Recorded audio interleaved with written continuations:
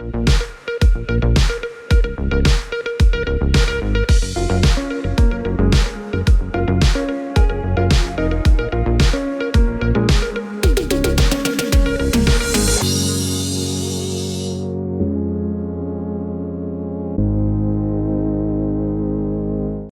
collaborazione con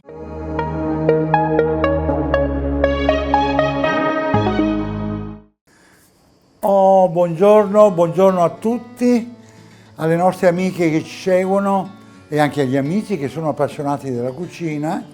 E che dire, siamo nell'esploit del caldo. Era come accattivare queste dolci signore a cimentarsi in cucina? È un problema.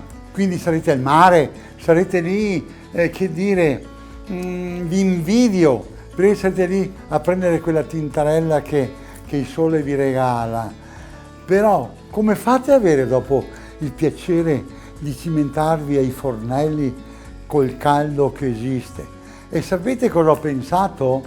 Ho pensato di creare una cucina senza fuoco.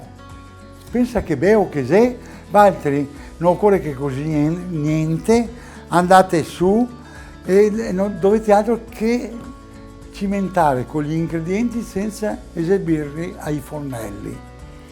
E allora cominciamo con direi una ricetta molto semplice.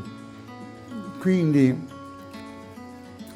vi voglio ricordare anche che io sono un patito del radicchio, amo il radicchio e vedete che io vi presento anche il radicchio all'estate perché mi appassiona. Ho fatto oltre 3.000 ricette di radicchio nel percorso della mia vita e quindi vi posso consigliare anche una ricetta con radicchio precoce, che è sempre simpatico averlo presente anche in questo periodo, però ha un carattere molto deciso, molto forte, molto proprio accattivante dal suo amaro che trasmette, perché non è il piacere del radicchio tardivo.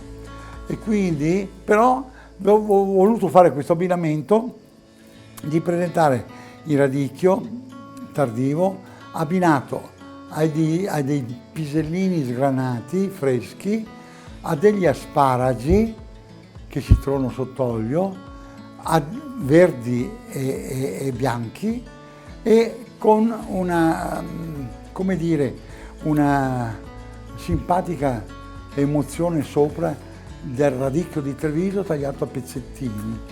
Questo qua è un piatto che ho voluto ricordare il radicchio anche nel periodo estivo. Ovviamente, miei cari signore, bisogna che amate proprio le cose aggressive, e per interrompere questa aggressività di gusti così amari, decisi, bisogna, che dire, aggiungere un bel cucchiaino di miele di acacia. Era lì il contrasto tra amaro e dolce fa sì che le vostre papille gustative possono arricchire e sentire i sapori di questo piatto. Ecco, questo è un piatto così, diciamo, estivo fuori del normale. E quindi per oggi io direi di dare solo questa piccola ricetta, augurandovi di praticarla, e in più aggiungo che qualsiasi informazione su quello che è cucina, su quello che è gastronomia, su quello che è il piacere della tavola, vi inviterei vi do il consenso di chiamarci anche al telefono, dove io sarò disponibile a dare ulteriori suggerimenti. Però vi ricordo che al sabato dovete ricordarvi di aprire la vostra televisione, quello che avete, aprire sul Veneto Globo alle 11, prima di mezzogiorno, poco prima di mezzogiorno, e lì potete vedere tutte le ricette che non solo vengono trasmesse qui nel nostro territorio, ma il bello è che trasmettiamo queste ricette anche a loro che sono all'estero e che sono i nostri amici veneti che sono in ascolto di queste ricette. Quindi mi auguro di trascorrere un bel sabato e una buona domenica e un buon weekend. Ciao a tutti! In collaborazione con